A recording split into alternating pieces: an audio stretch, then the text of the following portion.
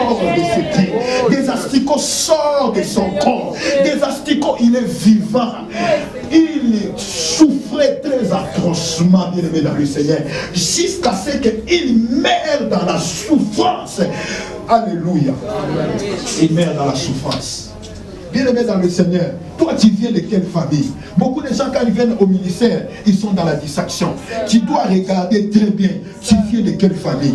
Tu viens de familles de guerriers qui ont les mains pleines de sang, comme moi. Tu viens de familles où vos ancêtres sont des chefs coutumiers qui enterraient des gens vivants, qui détruisaient la vie des gens, qui mangeaient la chair humaine, qui détruisaient la vie des filles, la vie des hommes. Toi, tu viens de quelle famille? Une famille d'idolâtrie. Tu viens de quelle famille? Alléluia. Amen.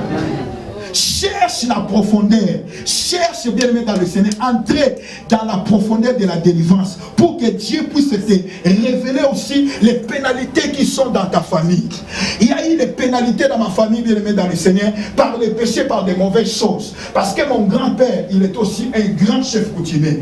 Ma grand-mère, elle était une grande sorcière, donc des sorciers dans les quartiers réputés, des sorciers par lesquels, bien-aimé dans le Seigneur, elle faisait, bien-aimé dans le Seigneur, des missions suicides dans la sorcellerie. Lorsque les sorciers du quartier veulent aller combattre une autre sorcier dans un autre village, dont ma grand-mère était parmi des élites de la sorcellerie pour accomplir cette mission. Imaginez là où moi je viens. C'est-à-dire, dans ma famille, il est difficile de réussir. Dans ma famille, les gens meurent à force de l'âge. Dans la famille, bien aimée dans le Seigneur, les gens meurent prématurément. Dans ma famille, bien aimée dans le Seigneur, il n'y a pas de mariage. Dans ma famille, il y a beaucoup de choses. Bien aimé, toi, tu viens de quelle famille? Tu dois chercher la délivrance. Tu dois, bien aimé dans le Seigneur, entrer en profondeur. Tu dois implorer l'Éternel. Quelles sont les pénalités de la maison de ton Père? Quelles sont les pénalités, bien-aimés dans le Seigneur, qui sont en train de te combattre?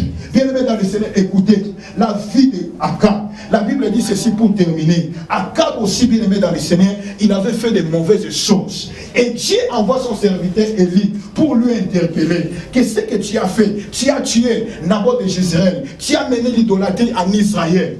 Et la Bible dit ceci que quand Akab a entendu les sentences des prophètes Élie, la Bible dit ceci que Akab est allé pleurer devant le Seigneur. Il s'est humilié. Il s'est repenti devant Dieu. Il a versé les larmes devant Dieu abondamment pour lui dire: Seigneur, j'ai péché contre toi. Pardonne mes péchés, pardonne mes transgressions. Je reconnais, je suis coupable. Parce que les sentences que